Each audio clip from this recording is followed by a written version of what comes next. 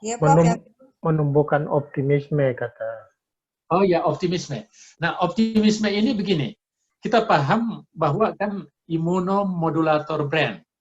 Otak kita itu bisa mampu menstimulasi neurotransmitter hormon tubuh kita untuk mempengaruhi imunitas. Jadi dengan optimisme, artinya semangat, kita mampu ini, tapi jangan overconfidence kan? Karena overconfidence juga berbahaya. Contohnya ada orang yang sekarang pulang kampung ya, mudik Lebaran, saya lihat itu bahaya sekali itu.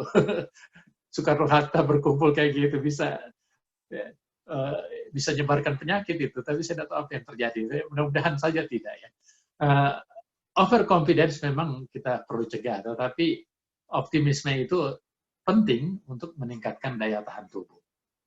Nah, jadi artinya optimisme harus disertai dengan mengikuti protokol yang sudah ada, jangan dilawan itu protokol.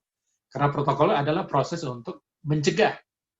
Jangan sampai terjadi, kan misalnya begini, dia terlalu optimisme, dia potong dengan protokol social distancing. Tidak usah pakai masker, dia datang di ini, bisa saja terkena infeksi kan? Siapa yang?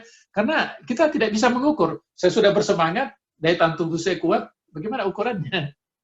Iya kan? Jadi jangan overconfidence juga. Baik, terima kasih Prof. Saya rasa penjelasannya sudah sangat komprehensif. Mungkin tapi yang ingin saya sedikit Prof, menanyakan lebih lanjut ketika tadi Prof mengatakan ketika virusnya sudah hilang tapi antigennya masih ada dan menempel pada T helper. Dan dari penjelasan Prof yang saya tangkap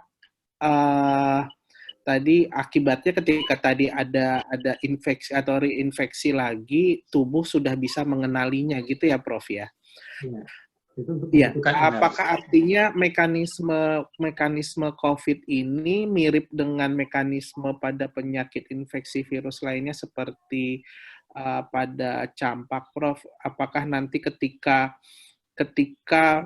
dia sudah pernah terinfeksi, maka tubuh akan menciptakan kekebalan alamiahnya sendiri, atau sesuatu yang berbeda, Prof? Karena beberapa ahli di Indonesia, khususnya yang memang, mohon maaf, Prof, yang kontra terhadap kebijakan herd immunity, berpendapat bahwa mekanisme COVID itu tidak seperti itu, sehingga kekebalan tubuh pada COVID hanya bisa dihasilkan melalui vaksinasi.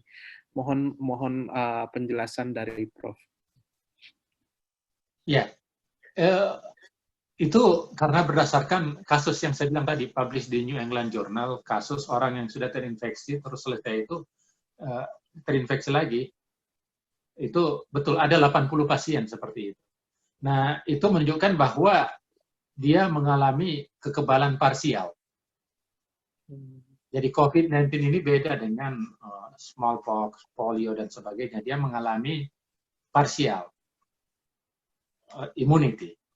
Jadi ada orang-orang tertentu, itu sekarang kita belum tahu, kita masih pelajari. Kenapa ada sebagian orang yang setelah terinfeksi, bisa terinfeksi lagi, ada yang lain sudah imun. Kita dalam ilmu biomedik kita sebut dengan partial immunity, partial antibody. Jadi mungkin ada faktor lain pencetusnya. Biasanya pasien-pasien yang bisa terinfeksi kembali dia menderita hiperkolesterol, dia menderita hiperlipidemia, dia menderita diabetes, metabolic syndrome dan sebagainya. Jadi ada penyakit-penyakit peserta. Jadi mungkin jadi penyakit penyerta ini membuat imunitas dalam tubuhnya menjadi parsial. Jadi beda dengan smallpox. Kalau smallpox sudah campak, sudah terkena, setelah itu tidak terkena lagi karena dia dominan. Kalau ini parsial. Jadi bedanya di situ. Tapi tetap ada manfaatnya. Kalau orang yang sudah keluar habis terinfeksi, dia punya tentu daya tahan tubuh lebih bagus parsial dibanding tidak ada sama sekali kan? Iya. Baik, terima kasih Prof. Prof, saya bertanya sebentar. Saya bertanya, Prof. Boleh? Oh, sudah ada urutannya. Oh, ada. Tapi saya minta urutan. Ya, berarti setelah Mbak Sri ya.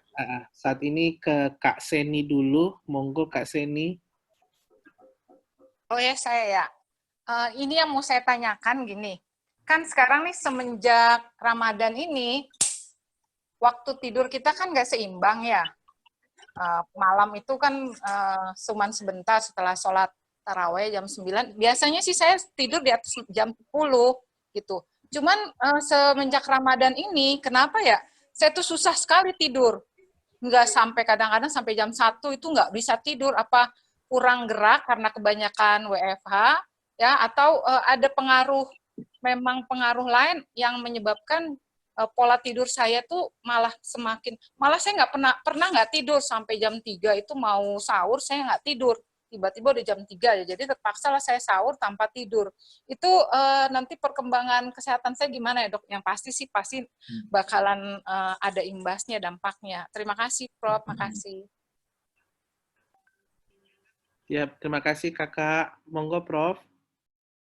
Ya, ada salah satu hasil riset saya itu bisa disetting ya, di Comparative Neurology muncul itu, publikasi saya tentang gimana sentilan hubungan antara tidur dengan, bukan dengan immunity, tapi dengan metabolisme. Dan itu dia sangat ditentukan oleh namanya hormon chronotropic hormone. Itu sangat berpengaruh MCA. MCS itu mempengaruhi gimana kecenderungan orang bisa tidur, bisa insomnia, dan sebagainya.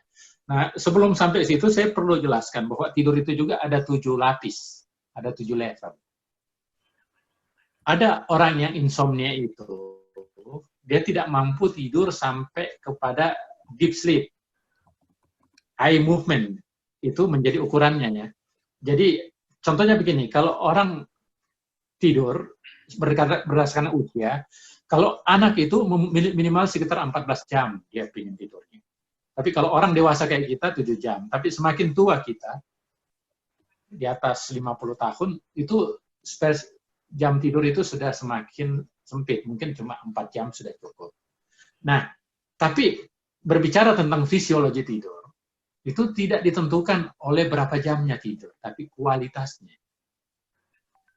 Ada orang yang tidur sampai 7 jam, bahkan lebih, tapi dia tidak masuk ke lapis deep sleep. Bagaimana ukuran deep sleep itu? Kalau orang sudah mampu sampai segar tertidur itu, terus level kelima minimal, kan ada 7 level ya. Minimal eye-nya itu bergerak secara otonom, ditambah dengan mungkin dia mampu bermimpi, itu sudah masuk deep sleep. Itu segar. Cukup 1 jam, 2 jam juga sudah cukup. Tapi tidak perlu orang dipaksa terus tidur, tapi tidak tidur-tidur. Itu juga menyiksa. Itu justru tidak sehat. Nah, jadi pertanyaannya adalah, selama Ramadan ini tidurnya berkurang? Saya kira memang orang yang selama Ramadan tidurnya berkurang. Kenapa? Karena kan dia harus sahur, dia banyak salat dan sebagainya. Tapi kadang dibalas siang hari dia tidur 2-3 jam. Tapi terlepas dari semuanya, kalau sudah menunjukkan gejala yang macam-macam, misalnya gejala pusing, berdebar-debar dan sebagainya, itu berarti tidurnya mau masuk fase insomnia, dan itu mulai berbahaya, perlu dikasih intervensi obat untuk tidur. Tapi selama itu belum terjadi, coba di-manage aja dengan baik. Bagaimana supaya tidurnya bisa lebih nyaman. Diatur, apalagi stay home sekarang, mungkin tidak bisa tidur malamnya, ya setelah salat subuh, jalan-jalan sedikit dulu, mungkin tidur 1-2 jam. Karena tidur untuk usia kayak kita, sangat ditentukan bukan lamanya, tapi kualitasnya. Bisa saja kita tidur mungkin 1-2 jam sudah cukup, tapi sudah masuk pada fase deep itu. Kenapa tidur itu penting? Karena dia ternyata berpengaruh pada sistem hormonal kita. Dan hormonal tentu berinteraksi dengan imun. Jadi kalau tidurnya bermasalah, insomnia terus, stres, cemas, dampak berikutnya adalah penyakit-penyakit penyerta. Jadi mudah-mudahan jangan sampai ke situ, Mbak ya. Iya, jadi ini udah sebulan kualitas tidurnya. Itu ya, kualitas tidur saya memang kacau balau ini. kualitasnya tidak ditentukan berapa jamnya lamanya, tapi ditentukan Iya. Cuman ya itu bagaimana enaknya pada nggak bisa saat tidur. Olahraga kali ya. Ada tip khusus nggak ya itu, Prof? Ya, tips yang paling bagus saya kira coba dikontrol makanannya, jangan sampai pakai banyak makan yang mengandung kafein ya, atau minum kafein. Kayak Nggak kalau suka orang minum kopi, nggak suka kopi, nggak suka. apa, biasa susah tidur memang. Kafein Atau selesaikan kalau kalau nggak masalah. Hormonnya. Selesaikan masalah. Selesaikan masalahnya dulu. Prof, Kalau ada. Prof, mungkin Mbak Seninya udah lama nggak pergi ke mall kali, jadi susah tidur. Jalanlah di sekitar mall kan, nggak usah masuk ke mall. Lihat aja mallnya dari luar. Keliling mall aja ya, Prof ya. Baik, oke lanjut. Kalau kita di Amerika sudah bisa masuk mall di sini, tapi jaga jarak dan jumlahnya diatur. Saya nggak suka ke mall, Daal. Nggak suka ke mall. Saya sukanya jumpa-jumpa teman. Mungkin karena kurang jumpa teman ya. Bisa juga. Titiknya jarang. Nanti kita sering-sering fit call ya Mbak Seni ya, biar Iya, bisa oke deh, Dok. tidur ya. Iya. Oke, kita lanjut sekarang ke Kakak Sri. Monggo Kakak Sri. Ima dulu nggak, Ima? Ima dulu. Oh, Ima dulu ya. Oke, mohon maaf. Monggo Kakak Ima, silakan. Ya, terima kasih Pak Profesor Dr. Taruna Ikrar. Mudah-mudahan masih ingat kita pernah berkawan 20 tahun yang lalu. Ima, Sekretaris Daeng Andi Menerangeng. Ingat. Alhamdulillah, padahal sudah 20 tahun ya nggak ketemu. Dan nggak nyangka ternyata Ikrar alumni Kapija juga, luar biasa. Saya alumni Kapija. Saya masih sering SMS-an dengan Alfian Malarangeng. Tadi Ya. bagaimana kondisi Amerika? Pertanyaan saya sebenarnya tadi hampir sama dengan Kiki. Namun mungkin saya skip aja pertanyaan tersebut. Yang pertanyaan kedua adalah berapa lama benda yang bertahan kena virus? Jadi kan kita tadi nggak boleh sentuh apa langsung cuci tangan. Jadi berapa lama virus itu bertahan di benda-benda gitu yang disentuh oleh penderita corona ini, virus ini. Itu pertanyaan pertama. Yang kedua adalah kalau kata profesor dokter yang dari Wuhan itu paru-paru yang telah sembuh dari virus corona itu katanya sudah rusak sebenarnya. Nah, apakah itu benar atau tidak menurut Pak Profesor Dr. Taruna? Terus yang ketiga, apa indikatornya sehingga dinyatakan bahwa jarak 1 meter itu adalah jarak aman? Karena kan apakah memang dia akan bias dengan udara atau bagaimana? Jadi indikatornya kenapa ada jaminan bahwa 1 meter itu adalah jarak aman? Saya kira itu aja pertanyaannya, Pak Ikrar. Ya. Terima kasih Kakak. Jadi pertanyaan saintis. Begini ya, saya bicara entry point virus itu dulu ya. Virus coronavirus itu cara ngukurnya begini.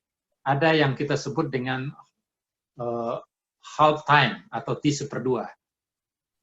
Half time itu berdasarkan hasil riset itu juga publish di Science. Kita selalu bicara saintifik supaya itu terukur karena di situ jujur, tidak bisa dimanipulasi ya. Yang pertama, virus corona ini bisa bertahan di udara. Di udara kayak yang ini dengan tergantung kalau dia di udara lembab kayak di ruangan itu lebih lama.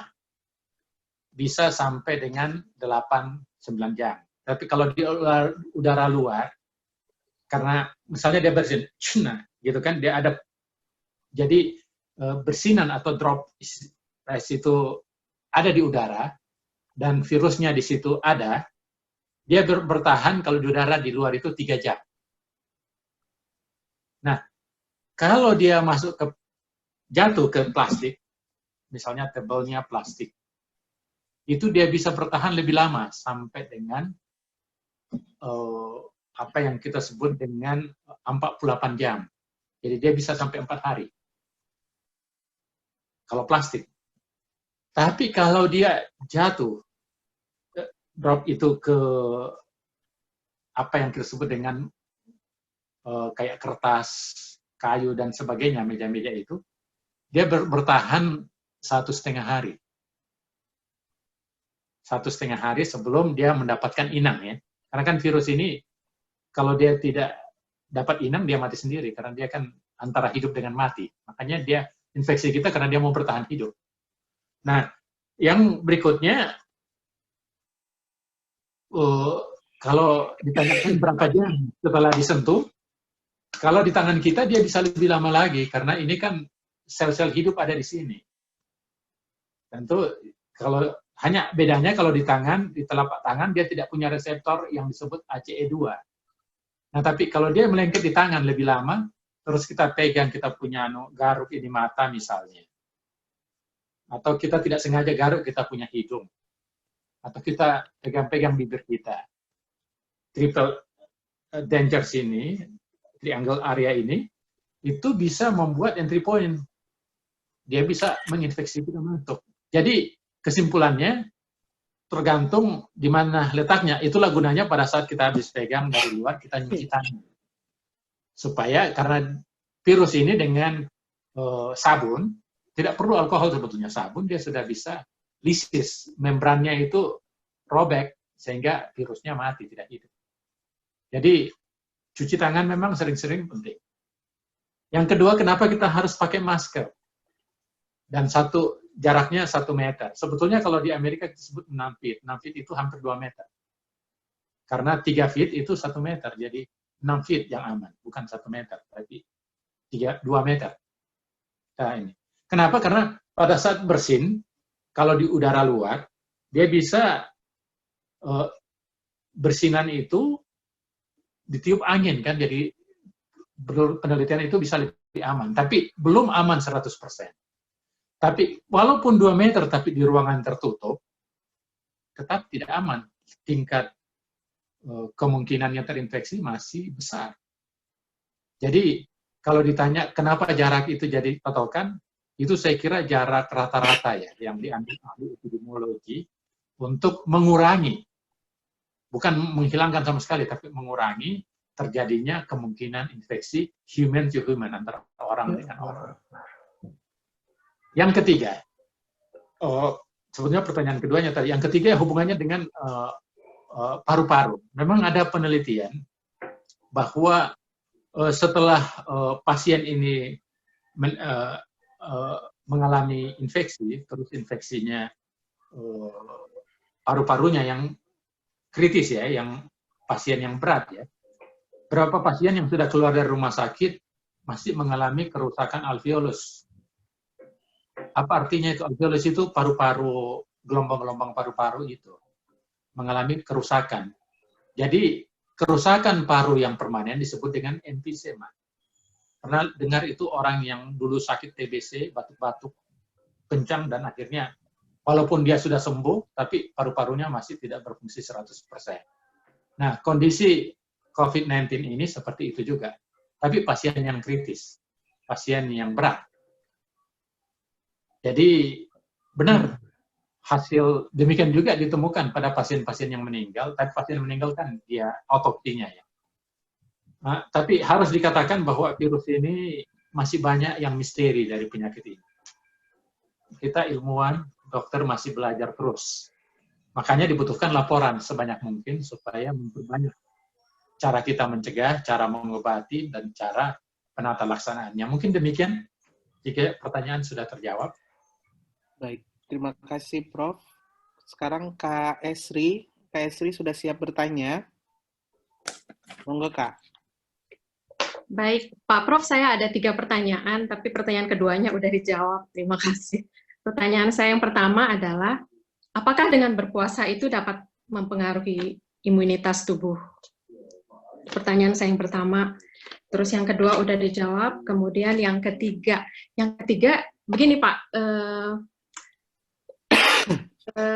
sebetulnya ada terlalu banyak hoax tentang corona ini, dan ada satu, saya nggak tahu ini hoax atau bukan. Ada teman yang bilang virus corona ini sebetulnya ada dua infeksinya, ada yang infeksi primer sama sekunder. Jadi yang primer itu katanya biasanya ini lebih pada untuk para dokter, untuk para medis yang menangani langsung pasien dari corona. Nah, kalau yang sekunder ini katanya adalah kalau kita jalan di kerumunan terus ternyata ada di antara kerumunan itu yang terinfeksi corona, cuman saat itu tuh kondisi virusnya itu tidak maksimum, jadi udah mulai melemah. Jadi dia dinyatakan sekunder. Terus yang sekunder ini konon bisa sembuh. Yang primer ini katanya tidak sembuh. Bagaimana menurut pendapat Pak? Mohon penjelasannya. Terima kasih. Terima kasih Kak Sri. Monggo Prof. Ya, saya jawab yang terakhir dulu ya. Bahwa kita bicara tentang proses penyebaran virus itu, infeksi primer itu artinya adalah infeksi orang pertama. Ada yang sekunder itu adalah orang yang pertama yang terinfeksi ini menginfeksi lagi yang lain. Itu dalam konteks pemahaman epidemiologi ya, untuk melihat trace, untuk melihat alurnya infeksi ini adalah orang yang terduga, orang yang ini. Tapi bagaimana tingkat ininya, apakah itu dokter dan sebagainya, saya kira itu yang penting dia terinfeksi, infeksinya tinggal bagaimana imunitasnya. Dia masuk level sebagai asimptomatik atau tidak ada gejala, atau level simptomatik tapi mild atau ringan, atau severe. Itu pendekatan klinisnya begitu, cuma 3. Apakah dia terinfeksi dengan gejala, tidak ada gejala, gejala ringan atau berat. Sementara kalau pendekatan epidemiologi itu untuk melihat alur perjalanan penyakit itu dari orang ke orang gitu. Itu untuk pencegahan. Jadi tidak perlu takut sama dokter, sama perawat dan sebagainya, itu tidak ada hubungan saya kira. Karena tidak bermanifestasi pada dampak klinis. Dia hanya untuk melihat kenapa orang yang misalnya datang dari satu tempat yang ada positif di karantina. Itu untuk mencari trace-nya, untuk proses epidemiologi. Epidemiologi itu untuk ilmu kedokteran masyarakat untuk melakukan, memperkecil sekecil mungkin menyebarnya penyakit ini. Jadi primer, sekunder, tersier, dan sebagainya itu adalah istilah-istilah khusus untuk melihat trace dari penyakit ini. Jadi, terus pertanyaan pertama tadi apa? Saya lupa.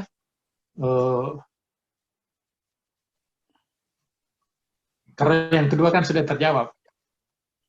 Oh, pertanyaannya ini Pak, apakah apakah puasa dapat mempengaruhi imunitas tubuh? Ya, puasa begini. Puasa itu begini. Kita paham puasa itu menyebabkan apa yang kita sebut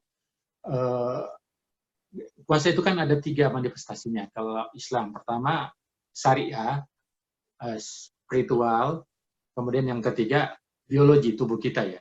Kalau kita berbicara tentang spiritual, tentu itu kan hubungannya dengan Anda dengan Tuhan. Terus yang kedua, syariah tentunya ikutin aturannya. Nah, berdasarkan aturan ini, kita lihat apa dampaknya pada biologi, pada fisik. Orang berpuasa itu pada saat proses detoksifikasi tubuh sebetulnya. Karena kalau kita berpuasa, masa metabolisme apa yang kita makan itu membutuhkan waktu disebut 8 sampai dengan 10 jam paling tidak. 8 jam itu. Mulai kita makan, terus diproses, diabsorpsi, dan sebagainya. Nah, tapi kan orang berpuasa bisa sampai, kalau di Amerika, kita berpuasa sampai 17 sampai 18 jam. Kalau di Amerika. Karena kan dia di daerah utara. Tapi kalau pas puasanya musim salju, musim dingin, lebih cepat. Itu palingan cuma sekitar 10-11 jam. Nah, kalau di Indonesia saya kira rata-rata 15 jam atau 14 jam. Nah, artinya pada saat fase 8 jam ini sudah lewat, apa yang terjadi? Karena kan tidak ada asupan makanan, tidak ada asupan minuman. Oleh karena itu, dia melakukan metabolisme deposit tubuh kita. Misalnya ada lemak-lemak yang ada di saluran cerna, di saluran pembuluh darah, dan sebagainya, itu kan mau diproses lewat glycometric dengan siklus Krebs untuk merubah dia menjadi energi, menjadi ATP, adenosine triphosphate. Untuk merubah itu dia butuhkan lemak-lemak yang tersimpan ini diproses kembali. Dan itu kan membuat lebih sehat lagi tubuh kita, karena kelebihan toksin dalam tubuh kita, kelebihan lemak, kelebihan energi, dan sebagainya, mampu dirubah kembali menjadi recycle tubuh kita untuk dikeluarkan atau dijadikan energi tambahan. Dan oleh karena itu, ternyata efek yang lain dari puasa ini, dalam bentuk seluler, itu menggantikan autofagi. Dan itulah kan pemenang Nobel Prize tahun 2016 kan, yang hubungannya dia sebut autofagi itu.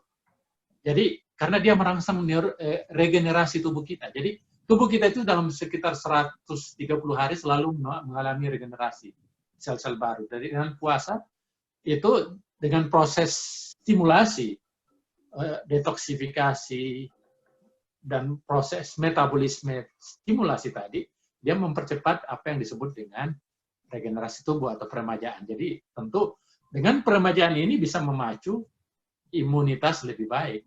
Ya, tentu saja tiap-tiap orang bervariasi, ya, tapi secara general bisa meningkatkan imunitas sebetulnya. Jadi karena dirangsang kan, dia dirangsang oleh kondisi fase fasting tadi kurang lebih. Jadi kalau misalnya di Indonesia 8 jam berarti ada kurang lebih 6 jam fase stimulasinya, benar nggak? Kalau di Amerika kita lebih lama lagi, bisa 8 sampai 10 jam. Karena 18 jam kan. Karena kita di kutub utara kan. Jadi jadi kesimpulannya secara biologi dibenarkan bahwa itu bisa memacu peremajaan, dan peremajaan ini bisa memacu daya tahan tubuh imun kita lebih kuat. Mungkin begitu.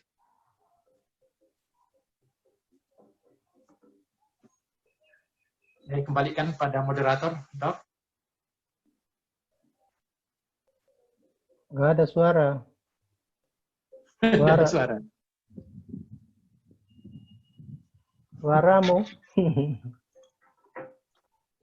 Kehilangan sinyal mungkin. Iya, ada 2 penanya lagi, Prof. Insya Allah. Ada Kak Lia dan Bang Taufik. Bang Taufik, izin Kak Lia dulu ya. Siap. Monggo Kak Lia. Ya, terima kasih. Assalamualaikum warahmatullahi wabarakatuh, Prof. Waalaikumsalam. Ya, Prof, ada beberapa hal yang ingin saya tanyakan nih, Prof. Yang pertama adalah, di kantor saya ini ada yang positif hasil rapid testnya beliau itu positif. Nah, apakah saya harus melakukan rapid test dulu atau langsung swab test, Dok? Karena suami saya minta kami sekeluarga ini langsung swab test. Kemudian yang kedua, apakah leukosit yang rendah itu bisa proses menaikkan leukositnya itu dengan apa? Nah, kemudian berapa lama lagi setelah kita misalnya menaikkan leukosit itu dengan daya tahan tubuh kita berarti kan rendah, Dok, dengan rendahnya leukosit itu. Kemudian kita harus meningkatkan imunnya kita. Nah, berapa lama lagi kita harus mengecek kondisi leukosit kita agar bisa kembali ke normal setelah kita tahu bahwa kita leukositnya itu rendah. Kemudian yang ketiga, apakah betul paru-paru yang ada flek putihnya itu, Dok, betul-betul dia tidak bisa hilang? Jadi sepertinya sudah menetap gitu, Dok, paru-parunya itu, Dok. Kemudian yang terakhir, apakah efektif kita menggunakan humidifier and air disinfectant, Dok? Karena di kantor kami itu disarankan menggunakan itu, dia itu tidak no fragrance, kemudian dia non alkohol dan pH-nya juga netral. Nah, apakah itu efektif untuk membantu di samping untuk mensterilkan lingkungan atau ruangan virus untuk bakteri dan virus? Apakah itu cukup membantu, Dok, untuk daripada kita harus semprot gitu, Dok, kemudian harus apa? Tapi dengan menggunakan humidifier itu cukup dipasang sekitar 30 menit, kemudian ruangan kita, sekitar kita itu menjadi steril. Paling itu, Dok. Terima kasih, Dok. Assalamualaikum warahmatullahi wabarakatuh. Waalaikumsalam. Pertanyaan pertama itu hubungannya dengan rapid test, apakah kita harus rapid test semuanya pada saat di kantor ada yang positif? Ya, rapid test itu untuk menguji apa yang disebut dengan imunoglobulin ya. Ada imunoglobulin A, ada yang imunoglobulin M. Karena itu dia spesifik untuk virus. Tapi virus apa saja? Jadi orang akan positif ini, imunoglobulinnya, kalau dia terinfeksi virus apa saja. Apakah itu virus flu, apakah dia terinfeksi virus demam berdarah, dan sebagainya. Jadi dia tidak spesifik untuk, rapid test itu tidak spesifik untuk COVID-19. Karena dia tidak spesifik, maka dia tidak bisa dijadikan patokan. Swab test adalah uji coba mengambil tempat-tempat yang kemungkinan ada virusnya, terus diuji RNA-nya, jadi messengernya. Jadi itu ujinya, tapi ini membutuhkan waktu. Nah, uji kuantitatif PCR ini itu penting untuk melihat bahwa virus yang menginfeksi kita adalah virus COVID-19, karena kan sandi genetiknya sudah ditemukan. Jadi di situ berdasarkan sandi genetik. Jadi kalau ditanya apakah orang yang positif di sekeliling kita misalnya, apakah cukup rapid test atau kalau bisa langsung swab test jauh lebih bagus, langsung saja. Karena itu sudah spesifik, dia positif, negatif. Ya. Itu yang kedua tentang leukosit. Leukosit itu ada dua, sel darah itu macam-macam ya. Ada yang kita sebut serumnya, itu cairan, terus ada plasmanya yang agak kekuningan, terus ada sel-sel di dalamnya. Sel-selnya itu ada neutrofil, ada yang disebut eosinofil, dan ada juga limfosit, ada basofil. Nah, ada juga eritrosit, sel darah merah. Nah, sel karena infeksi virus biasanya limfosit dan eosinofilnya tinggi. Nah, kalau limfosit itu ada batasnya. Jangan lewat 10.000. Kalau dia berlebihan berarti, kalau dia kurang nggak bagus, kalau dia berlebihan juga tidak bagus. Kalau dia bahkan sangat berlebih lagi, itu tanda ada gejala apa yang kita sebut dengan keganasan. Jadi sekarang ukurannya berapa meningkat limfosit? Kalau menurut saya limfositnya tidak usah ditingkatkan. Jadi itu ada indikator infeksi. Karena limfosit itu meningkat melebihi normal kalau kita terinfeksi. Karena itu adalah proses daya tahan tubuh tadi. Itu masuk dalam sel beta ya. Jadi jangan, yang perlu kita tingkatkan adalah bukan jumlah selnya, tapi apa yang kita sebut dengan protein yang dibutuhkan untuk daya tahan tubuh kita. Nah, cara meningkatkannya yaitu makanan, istilah 4 sehat 5 sempurna itu sudah sangat bagus. Banyak minum susu, protein, dan sebagainya itu bisa meningkatkan imunitas kita, daya tahan tubuh kita, protein kita, sehingga sel-selnya masuk pada fase normal jumlahnya. Jangan terlalu berlebihan juga. Terus pertanyaan ketiga adalah, saya lupa tadi. Yang ketiga apa tadi? Paru-paru yang flek putih, apakah itu katanya? Iya. Paru-paru yang sudah flek, apa itu bersifat permanen? Tergantung penyebabnya. Kalau paru-parunya terinfeksi, tapi penyebabnya COVID-19 ini ada sedikit lebih berat, karena apalagi pasien yang mengalami kritis ya. Dia menyebabkan apa yang kita sebut dengan sitokain yang strong. Kenapa sitokain strong? Karena dia menyebabkan pada saat infeksi masuk, terus neutrofilnya meningkat berlebihan. Neutrofil meningkat berlebihan menyebabkan alveolus itu rusak. Dan jaringan alveolus yang sudah rusak, seperti kalau kulit kita di luar habis terluka, dia ada bekas. Nah, seperti juga itu dalam paru-paru. Kalau akibat COVID-19 biasanya ada tinggal tingkat kerusakan yang perlu kita lihat. Jadi pertanyaannya apa dia bersifat permanen? Tergantung tingkatan penyakitnya. Semakin grade-nya tinggi dan kritisnya ini semakin bersifat permanen. Tapi ada juga yang orang bisa recovery, bisa kembali normal. Jadi tidak semuanya. Mungkin demikian? Yang kaitan ke humidifier, Dok, Prof? Oh, humidifier. Ya. Saya melihat, kalau menurut saya yang paling penting untuk sebuah ruangan itu untuk menjaga kesehatan adalah ventilasinya. Jadi kalau ruangan tertutup, bisa saja dilakukan humidifier ya. Tapi itu saya yakin tidak membunuh virus. Dia mungkin ada pengaruhnya terhadap pH, karena virus ini sangat sensitif. Kalau pH-nya menurun, virus mati ya. Tapi boleh jadikan tubuh kita juga berpengaruh. Nah, paling bagus adalah kita kasih aja negative pressure. Jadi ruangan itu ada yang kayak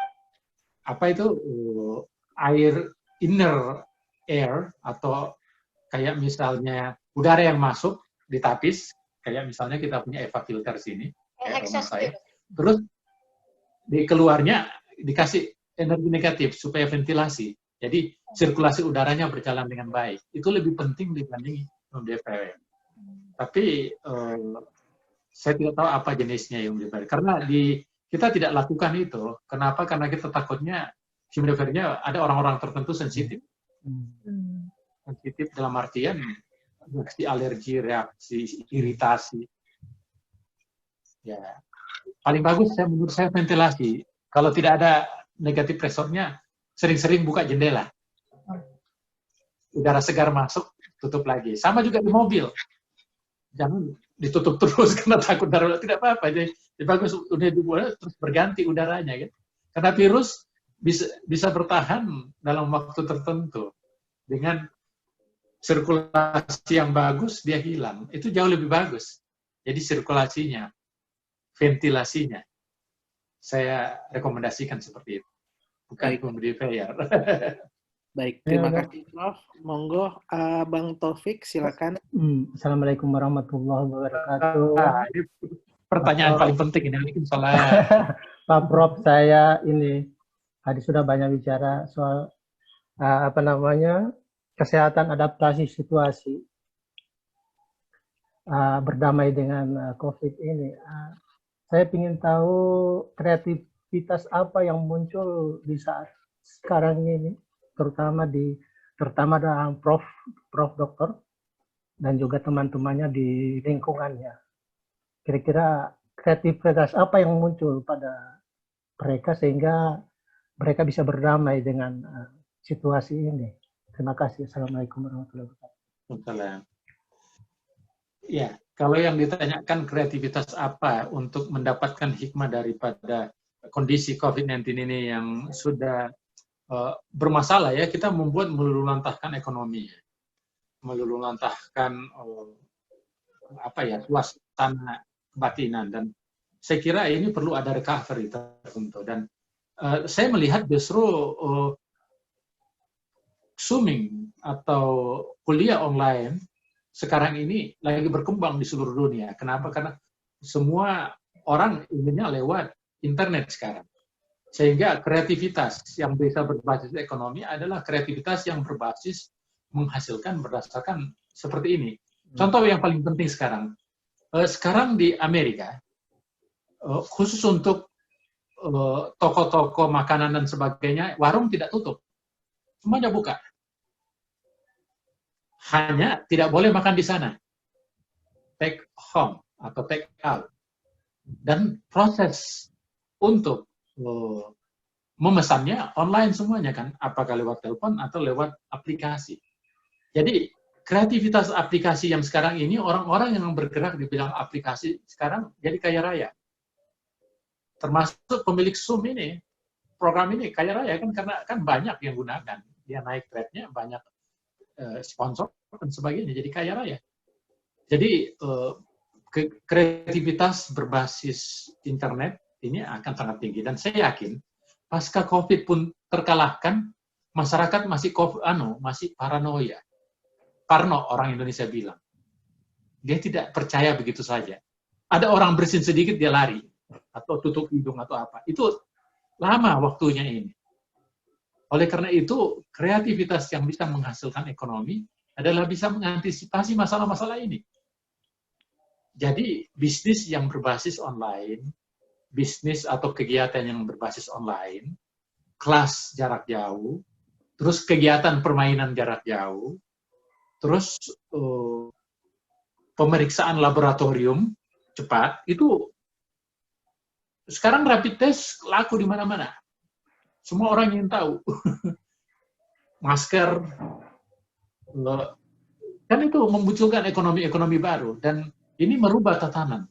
Dia merubah tatanan ekonomi, tatanan bisnis, tatanan pertahanan keamanan, tatanan silaturahmi. Dan jadi termasuk kesehatan, online kesehatan dan jasa, ya, jasa online.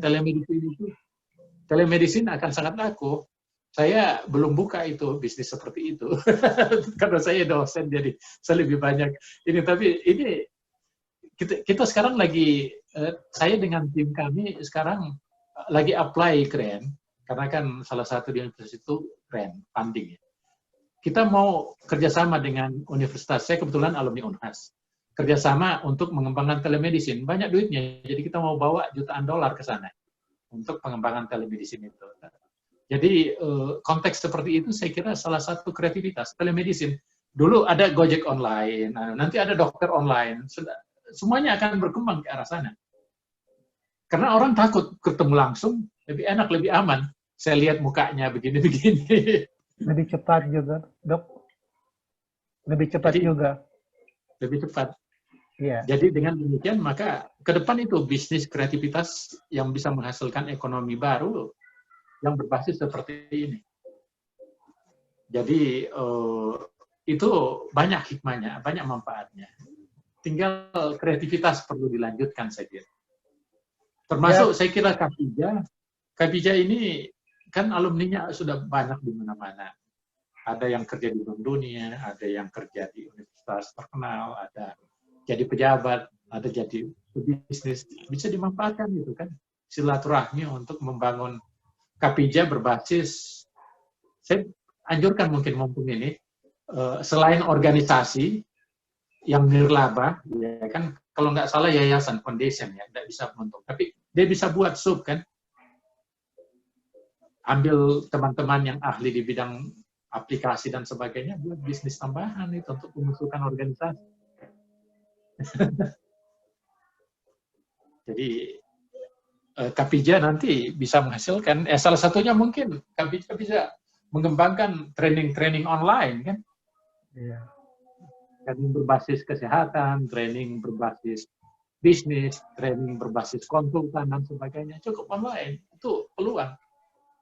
Kita jual lah nama alumni dan jual nama Jepang kan. Jepang sekarang masih teknologi yang sangat bagus. Jadi sangat bagus. Saya lihat termasuk ketua MPR juga buat statement kayak gitu kan sudah bagus itu. Jadi itu dalam konteks kreativitas. Bagaimana secara individu kita bisa buat, kreativitas juga muncul. Saya kira manusia itu selalu muncul kreativitasnya. Kemudian secara organisasi juga bisa menghasilkan profit nantinya. Mungkin demikian. Baik, terima kasih Prof. Bang Taufik, sudah cukup Bang?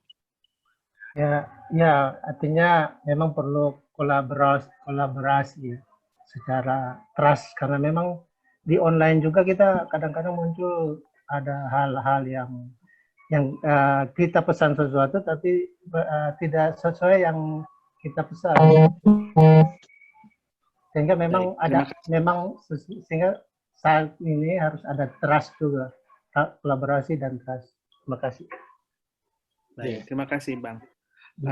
Benar sekali. Tadi masukan dari Prof tadi bisa nanti kita tampung ya Bang Afdal ya, untuk nanti mungkin bisa didiskusikan di level pengurus pusat.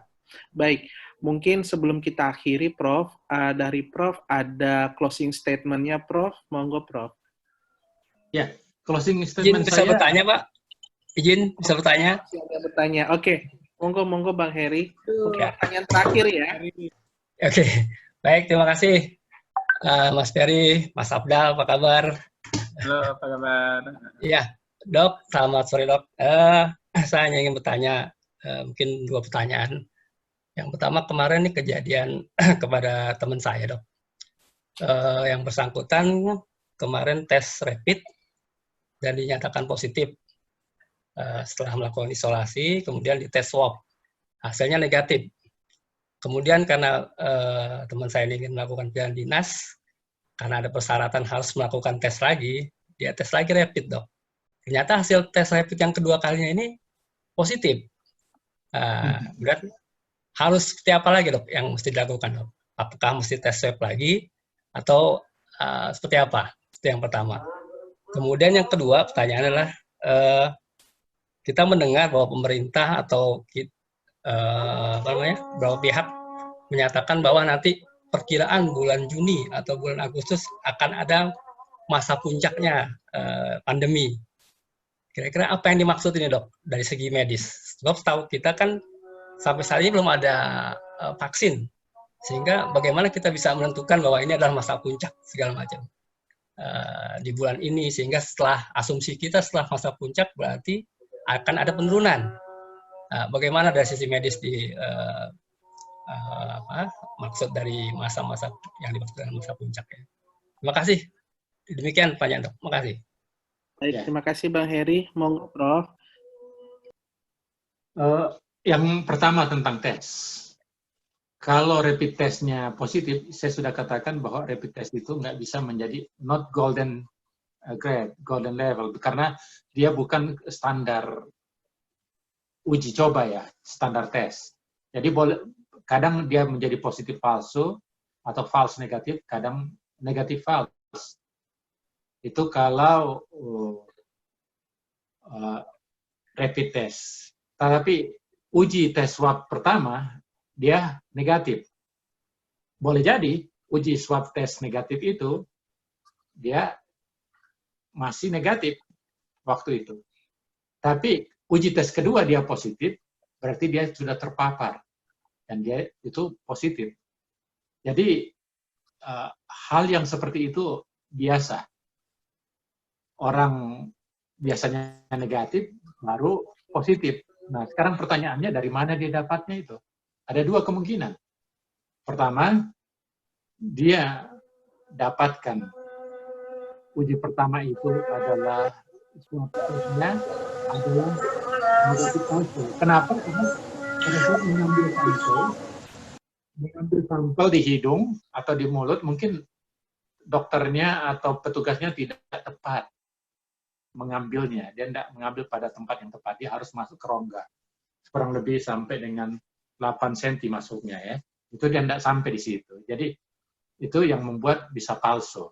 Jadi yang kedua, menyebabkan hasilnya juga negatif palsu tadi pada saat yang pertama, boleh jadi pada saat dia melakukan tes, karena virus ini sangat sensitif, dia dimasukkan ke tabung, terus diuji ke laboratorium. Pada saat membawa ke laboratorium, udaranya sangat tinggi dan sebagainya, virusnya mati.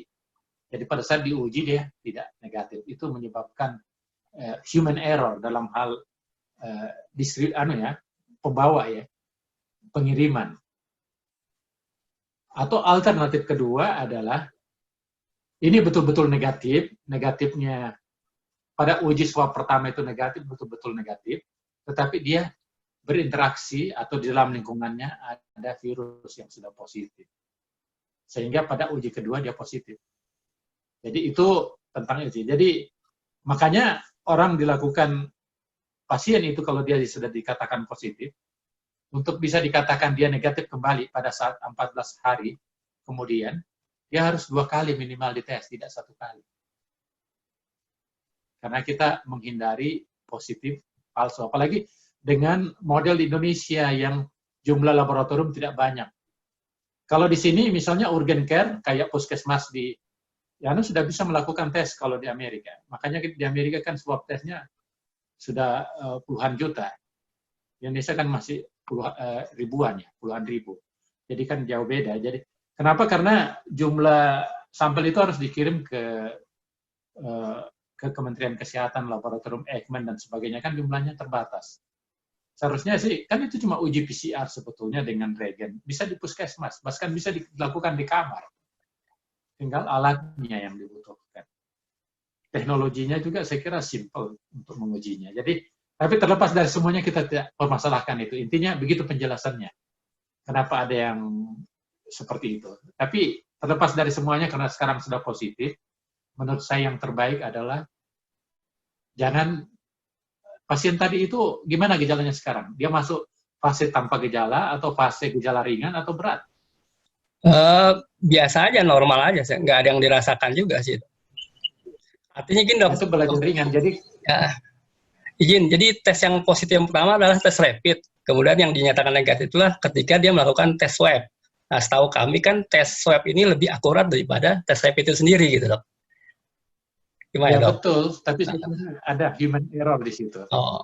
Ada human error, atau yang kedua memang betul-betul tidak ada human error, positif, negatif benaran. Tapi setelah itu pasca pengujian dia terinfeksi, nggak tahu infeksinya dari mana. Nah, yang kedua pertanyaannya tentang apa yang disebut masa puncak. Jadi pendekatan epidemiologi atau pendekatan ilmu kesehatan masyarakat itu hubungannya dengan fase puncak. Jadi kan begini, rasio penyebaran penyakit ini adalah 4.2. Satu orang itu bisa menginfeksi sekitar 4,2 orang. Jadi kalau dia sudah menginfeksi gini, terus dia menginfeksi 4,2 orang, 4,2 orang ini lagi menginfeksi lagi. 4,2 kali berapa banyak kan? Jadi itu urutannya. Nah, kalau bukan hanya satu sumbernya, karena ini awalnya penyakit dari berbagai tempat, bisa jadi puncaknya. Nah, nanti ada fase sampai puncaknya. Puncaknya ini nanti sampai puncak terpengaruh oleh dua. Pertama, kalau kita mampu putuskan mata rantai penularan, maka dia tidak akan menularkan lagi kan. Jadi akhirnya orang yang sudah sakit itu akan bertahap sembuh. Akhirnya hilang. Itu yang disebut fase puncak. Nah, Indonesia kemungkinan ada yang bilang fase puncaknya itu bulan Juni. Jadi artinya fase, kan sekarang sudah ada intervensi. Orang social distancing, ada social distancing secara besar, kemudian masyarakat sudah diedukasi dan sebagainya. Jadi perhitungan berdasarkan pengalaman itu kemungkinan sampai Juni. Puncaknya, nah selesai itu akan turun. Sekarang kan sudah 15.000. Tapi saya yakin sudah lebih 15.000 itu, lebih banyak lagi. Nanti ada puncaknya. Nanti setelah itu akan menurun. Kenapa menurun? Karena tidak ada infeksi baru lagi. Dan yang kedua, orang yang sudah terinfeksi sembuh atau meninggal. Sembuh atau meninggal, kan begitu. Nah, itu yang dimaksud fase puncak itu. Epidemiologi. Kalau Amerika sudah lewat fase puncaknya. Fase puncaknya di Amerika itu adalah kurang lebih 3 minggu yang lalu. Sekarang sudah fase menurun. Tapi luar biasa fase puncak yang menginfeksi 1,2 juta penduduk Amerika. Dan yang meninggal hampir 80.000. Banyak kan? Yang kritis 250.000 masuk rumah sakit. Baik. Nah, Indonesia ini kita takutkan fase puncaknya sebanyak itu juga karena jumlah penduduk Amerika kan mirip-mirip dengan Indonesia. Indonesia sudah strateginya begitu ini, tapi tetap juga. Ya, mudah-mudahan itu yang saya ingatkan Pak Menteri Kesehatan dan ini Ikatan Dokter Indonesia. Karena kan kita perlu hati-hati. Jadi, tapi yang jelas seperti yang saya uji ceramah tadi, sekarang ada 3 fase yang kesimpulannya itu. Pertama adalah obat. Obat sudah ditemukan untuk orang yang menderita kasus berat. Itu sudah bagus. Kalau yang ringan dengan ini kan bisa sembuh sendiri. Vaksin juga dalam waktu dekat akan ini. Herd immunity masyarakat ini perlu diedukasi, di daya tahan tubuhnya lebih baik. Kita yakin kita bisa keluar dari masalah ini. Saya yakin itu. Jadi kita jadi pemenang. Mungkin demikian. Saya kembalikan. Oh, ini kasusnya di Indonesia. Terima kasih, Prof. Tadi berarti udah closing statement ya, Prof ya? Ya, closing statement sudah. Terima kasih banyak. Ya, mungkin mohon izin Prof, sedikit mungkin ikut menambahkan apa yang tadi Prof sudah jelaskan ke Bang Heri. Tadi setuju banget apa yang Prof sampaikan. Kalau memang bisa jadi kalau kita kan tetap ya Prof ya, pilihan utama pemeriksaannya adalah dengan swab tadi, dengan PCR. Jadi kalau memang ternyata setelah PCR positif lagi, ya mungkinannya ada beberapa diantaranya. Yang pertama mungkin di awal memang ada human error, atau kalau memang bukan human error, memang ada infeksi baru ketika dia sudah selesai pelaksanaan swab-nya. Sedikit mungkin menambahkan Bang Heri, kalau di Jakarta sendiri dan sebenarnya di Indonesia juga, bahwa semua hasil pemeriksaan rapid test positif wajib dilakukan pemeriksaan swab. Jadi kalau memang tadi ada keraguan-raguan terkait dengan pemeriksaan rapid test positif, rapid test keduanya positif, memang untuk mengkonfirmasinya perlu lagi dilakukan pemeriksaan swab ulang. Jadi mungkin itu. Nah, tadi Prof juga sudah menyampaikan tadi sudah sedikit bicara tentang kasus puncak, terus tadi Prof sudah bicara soal kemungkinan satu orang menginfeksi 4,2 dan orang lainnya. Nah, mungkin saya sedikit di sini izin Bang Afdal, saya nge-share juga sebuah hasil analisa data kami. Mungkin ini menjelaskan angka DKI, tidak merepresentasikan angka nasional, namun karena angka DKI memang mendominasi angka nasional, mungkin bisa mirip-mirip angka DKI dengan angka nasional. Sebelumnya saya mungkin share dulu angka kejadian hari ini. Sampai dengan hari ini di Jakarta sendiri sudah ada 5.922 kasus kasus positif dengan 478 angka kematian. Lalu, tapi ini sekilas saja. Nah, yang ingin saya mau saya sampaikan di sini tadi, ketika Prof tadi mengatakan tadi angka 4,2 di Indonesia, khususnya di Jakarta sendiri, Prof, kami sudah pernah menghitung angka reproduction number kami. Di kami itu angka di awal itu reproduction number kami adalah 3,2.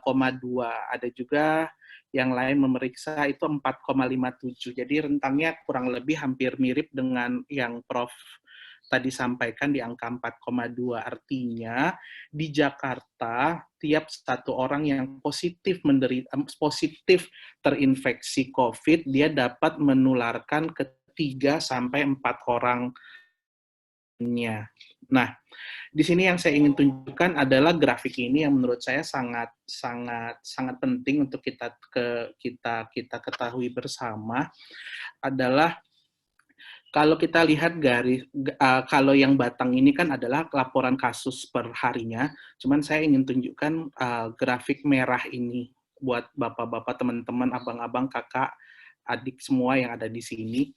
Jadi kalau kita lihat pada tanggal 16 Maret ketika Pemprov DKI pertama kali memberikan himbauan agar sekolah belajar di rumah, kerja di rumah, ibadah di rumah, ya, tanggal 16 Maret.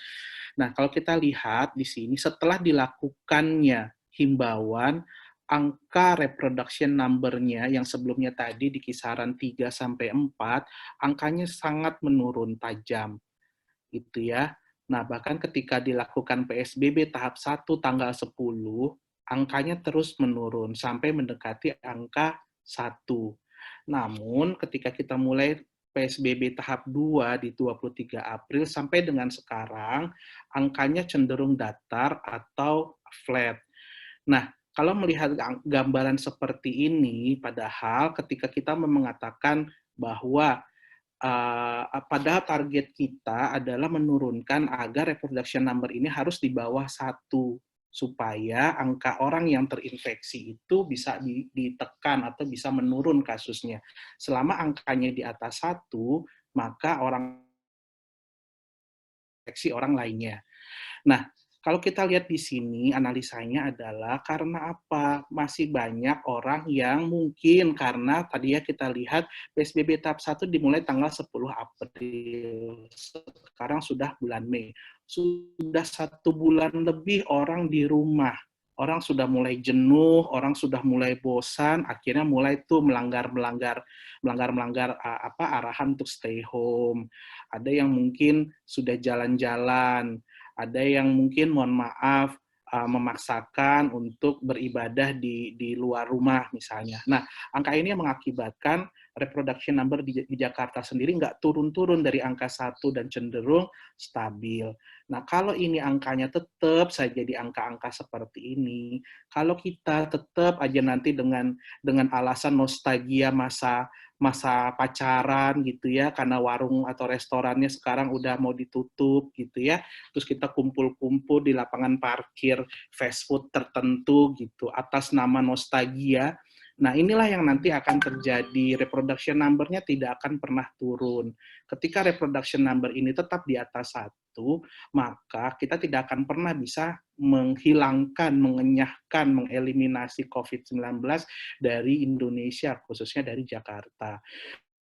Jadi, saya berpesan pada teman-teman tadi, yuk, walaupun kita udah bosan di rumah, kita udah jenuh di rumah, kita sudah nggak tahu lagi harus ngapain karena semua yang sudah dilakukan, semua yang nggak pernah dilakukan sekarang dilakukan. Dulu yang nggak pernah masak sekarang jadi belajar masak. Dulu yang nggak pernah ngurusin genteng sekarang jadi ngurusin genteng, nyuci AC sendiri dan lain sebagainya. Nggak apa-apa gitu. Mungkin dengan PSBB ini malah membuat kita memang menjadi orang-orang yang menjadi lebih kreatif, yang lebih mandiri, sehingga kita bisa melakukan hal-hal yang dulu kita nggak pernah lakukan. Nah, harapannya dengan kita semua patuh melakukan ini semua, angka reproduction number ini bisa kita turunkan. Karena kalau kita lihat data, semenjak dilakukan PSBB, itu baru sekitar 60% orang yang melaksanakan PSBB, sisanya masih keliaran di luar. Nah, kalau angka 60% ini nanti menurun, entah karena mereka pada mudik, entah tadi mereka karena melakukan banyak kegiatan, dipastikan angka reproduction number ini akan meningkat. Dan ketika angka reproduction number ini meningkat, kita harus siap-siap mendapati peningkatan kasus COVID di Jakarta dan tentunya di Indonesia. Jadi mungkin itu saja yang ingin saya sampaikan pada teman-teman semua agar yuk kita kembali lebih bijaksana untuk nggak apa-apa tahan dulu deh kebosanan dan kejenuhannya. Semoga agar dengan tujuan kita bisa menurunkan angka reproduction number ini. Mungkin itu dari saya. Terima kasih. Saya kembalikan ke Bang Afdal. Baik, Bang Ferry, terima kasih banyak sudah menjadi moderator yang sangat baik pada siang ini. Mungkin saya rasa sampai kita pada penghujung acara, untuk Profesor Taruna Ikrar, terima kasih banyak untuk waktu dan kesempatannya. Kemudian Bang Ferry, juga untuk teman-teman yang dimanapun berada, seperti Kak Yalis yang ada di Yamanasi, Mbak Asrina yang jauh di Padang, ditunggu kirim-kiriman kue arai pinangnya. Kemudian untuk kawan-kawan yang ada di Jabodetabek yang sudah menyempatkan diri, kalau misalnya mau kita foto, tolong videonya dimunculkan